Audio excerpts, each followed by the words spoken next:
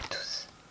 Aujourd'hui, je vous fais une vidéo dans laquelle je vais vous parler de la façon dont je fais mes comptes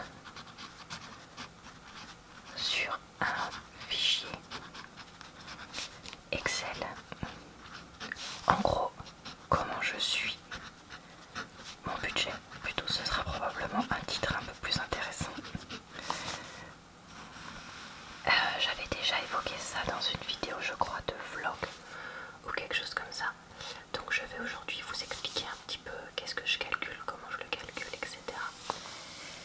Si jamais vous aimez ce genre de vidéo d'écriture au stylo plume, j'en ai fait déjà plein d'autres, donc je vous en listerai quelques-unes en barre d'informations et commentaires épinglés. Donc n'hésitez pas à les regarder si jamais ça vous intéresse. Donc moi je sépare mes comptes mensuels en 3 parties. La première partie, c'est les apports, donc le salaire. Moi j'ai 2 types de salaire, donc le salaire de mon travail et les éventuelles choses que je gagne sur internet, donc notamment avec YouTube. Donc chaque mois je note combien j'ai gagné, puisque je n'ai pas forcément un salaire parfaitement fixe, vu que je fais parfois des heures supplémentaires et certains mois sur internet je gagne 0€ et certains mois je gagne un petit peu, donc voilà. Et je fais ici donc le sous-total des apports. Donc ça fait ces 4 lignes là sur mon fichier Excel. Ensuite, la deuxième partie que je note sur ce fichier Excel, c'est l'épargne. Donc moi j'ai un prélèvement mensuel, enfin j'ai 2 prélèvements mensuels qui sont séparés. D'abord j'ai le prélèvement mensuel de mon assurance vie. Donc ça, je mets donc chaque mois c'est prélevé en début de mois ou en fin de mois, je sais plus, enfin bref. Donc ça c'est prélevé. Et j'ai les dépenses annuelles.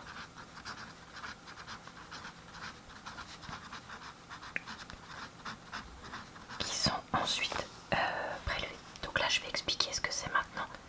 Mais en gros c'est un certain nombre de dépenses qui vont être faites, pas forcément tous les mois, que j'ai additionné, j'ai divisé ça en 12 mois et chaque mois donc je mets des sous de côté pour ces dépenses plus conséquentes ou auxquelles je pensais pas forcément et qui m'ont aidé à faire un budget plus clair. Alors ici, dans les dépenses annuelles, qu'est-ce que j'ai mis?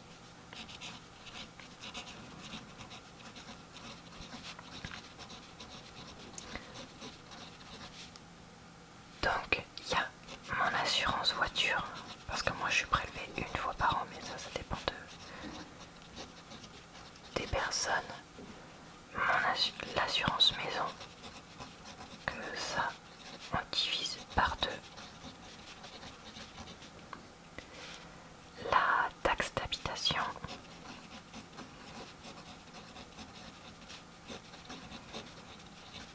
nous on a aussi la taxe foncière maintenant qu'on est propriétaire. Les ordures, l'eau et les égouts. Donc ça c'est divisé par 2, mais ça c'est pas divisé par 2. Donc là je fais le total par an, puis je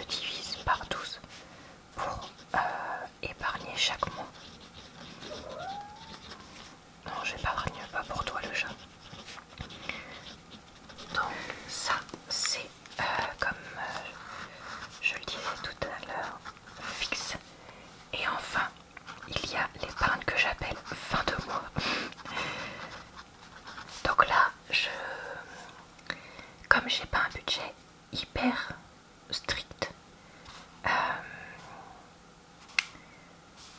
je regarde combien il me reste à la fin du mois et j'épargne le reste. Donc des fois ça peut être 20 € si j'ai beaucoup dépensé ce mois-là, et des fois ça peut être 200, 300 si j'ai fait des heures supplémentaires et que j'ai pas eu besoin de les dépenser. Enfin, vous voyez, ça c'est très variable. Le troisième point de mon fichier, c'est les dépenses. Alors, pour les dépenses, moi la première ligne, c'est le prêt de la maison, mais quand c'était le loyer, c'était le loyer. Ensuite, je note donc les dépenses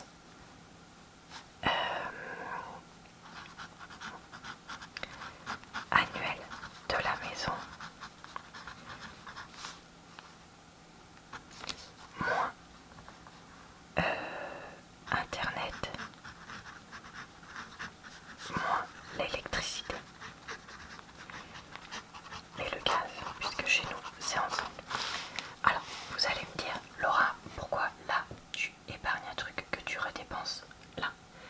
En fait, je fais ça parce que comme ça, pour moi, si vous voulez, je pense bien à le dépenser, à l'épargner, pardon, mais je fais pas l'erreur de me dire, oh tiens, j'ai un peu plus de 100 € que je peux dépenser dans l'épargne. Non, je le mets bien là pour me dire, bah non, cet argent-là, il va être dépensé. C'est pas aujourd'hui forcément qu'il est dépensé, mais il va être dépensé. Donc, dans les dépenses mensuelles, ici, je sais pas si vous voyez,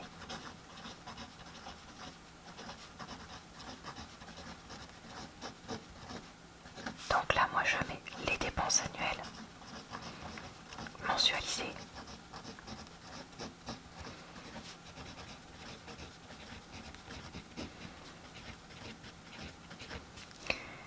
Je mets donc internet, de la maison, puisque ça, on le paye chaque mois, et l'électricité et le gaz, puisque ça, on le paye chaque mois. D'ailleurs, on a hâte de savoir si ces dépenses-là vont être réduites au bout d'un an, parce que vous savez, la plupart des fournisseurs obligent à attendre un an avant de réviser la facture. Donc on a hâte de savoir. Donc je mets ça. Ensuite, mon deuxième point, c'est les autres dépenses mensuelles.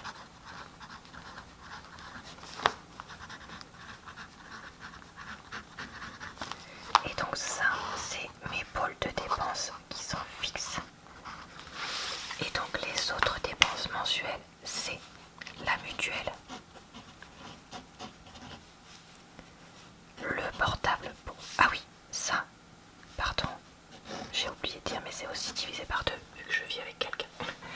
Par contre, ça, c'est que pour moi, donc ma mutuelle, mon forfait de portable, j'ai oublié d'écrire forfait, les frais bancaires, un truc auquel on pense pas trop, donc la tenue de compte, la carte bleue, les assurances, etc. Et donc ce que moi j'ai mis là, en fait l'assurance voiture, si vous voulez, je l'ai noté là, mais en fait moi je la paye là. En fait je sais pas, c'est pas très clair pourquoi je l'ai noté là-haut. Bon bref, en fait ça je me le mensualise si vous voulez ici, parce que ça en fait c'est des choses qui sont divisées par 2. Là on dirait que je me suis plantée dans mes calculs, mais je me suis pas plantée dans mes calculs. Ici, voilà. Et en fait je me suis rendu compte que je l'ai pas noté là, mais parce que j'ai fait une autre ligne, mais j'aurais pu le noter là. Pour moi il y a aussi les abonnements de sport. En fait mes cours de sport, nous on n'a pas de Netflix ou autre, mais si on en avait on le mettrait là aussi à ce moment là. Et ensuite, donc ça moi je les ai intitulés fixe prélèvement, et après j'ai appelé ça carte bancaire, mais bon chacun l'appelle comme il veut. J'ai donc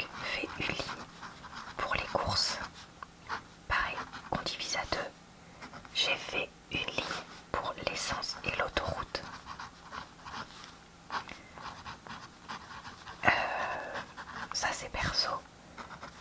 L'autoroute, sous-entendu quand je fais de l'autoroute toute seule.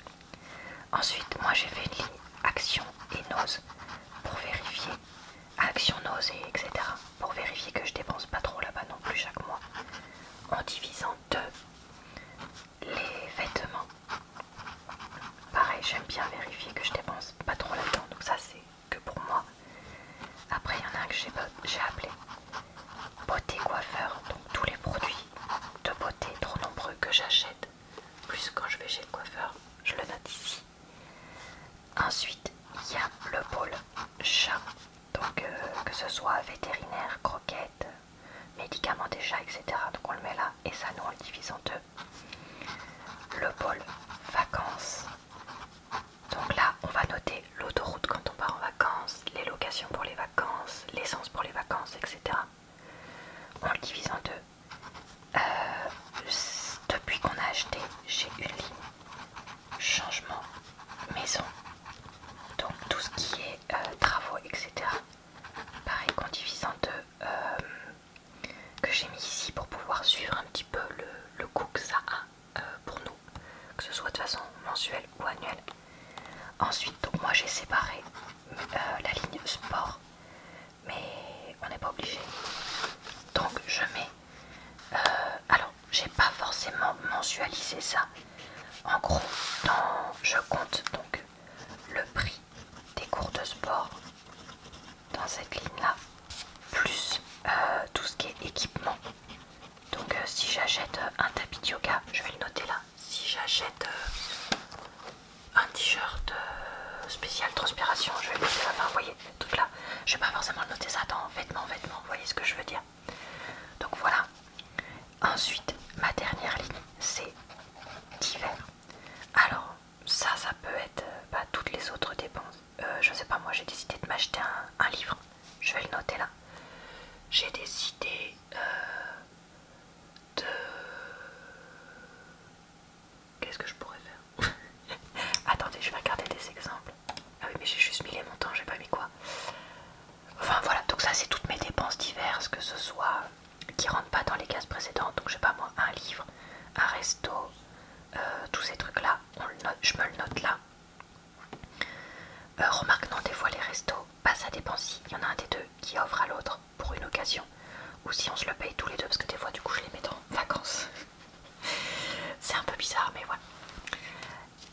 Là j'ai oublié de dire que je faisais un sous-total.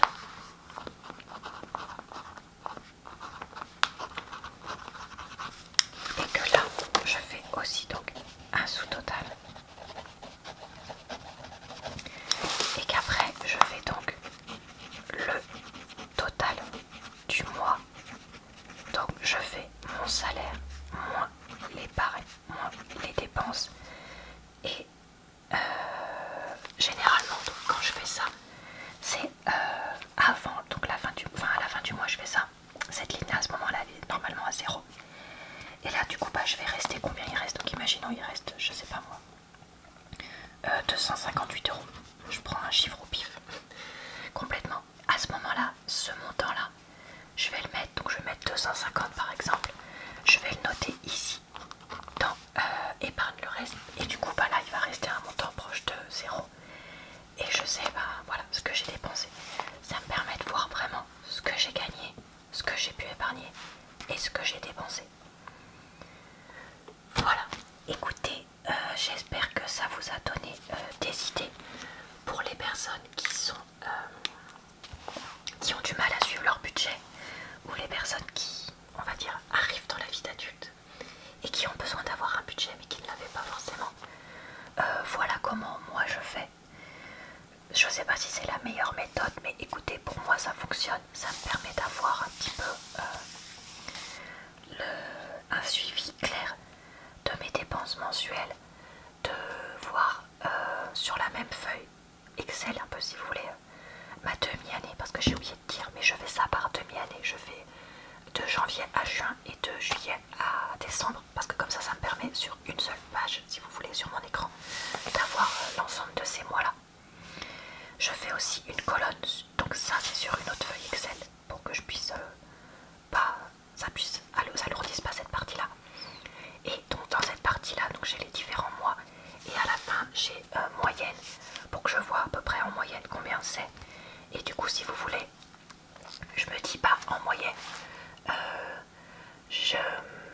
dépense dans tel pôle par exemple, je dépense, si vous voulez savoir, 28 € en moyenne chez Action et Nose chaque mois. Voilà, et bah je me dis, bon bah j'estime que j'ai le droit à peu près à une trentaine d'euros. Si je vois que dès le 10 du mois je suis à une trentaine d'euros chez Action, Nose et compagnie, bah je vais éviter d'y aller pour pas exploser mon budget là-dessus. Si après j'ai vraiment besoin d'un truc là-bas, bah évidemment que je vais y aller. Mais vous voyez, j'essaie de me dire des choses un peu comme ça. Et pour d'autres trucs, comme par exemple les chats, bah, ça nous permet de voir à peu près combien on dépense chaque mois pour les chats. Et du coup, de prévoir dans notre budget qu'il peut y avoir en moyenne jusqu'à tant dépensé chaque mois. Et que du coup, il faut qu'on économise. Parce que les chats, nous, ça arrive d'un coup, pouf, plein d'argent dépensé. Alors que pendant super longtemps, on n'avait rien dépensé pour eux, quoi. Si vous avez des questions, n'hésitez pas à me le dire. Pour que je puisse vous expliquer autrement ma méthode. Si vous avez une méthode complètement différente, n'hésitez pas à me le dire aussi. Ça peut être intéressant. Si vous voyez que j'ai oublié un truc aussi, n'hésitez pas à me le dire, ça peut être intéressant. Mais ça, normalement, tous ces trucs-là, j'avais fait ça avec mes comptes de l'année, ça doit être 2018 ou 2019 que j'avais fait ça. J'avais commencé à faire ça, donc voilà, j'avais vraiment pris tous mes relevés bancaires, donc je pense pas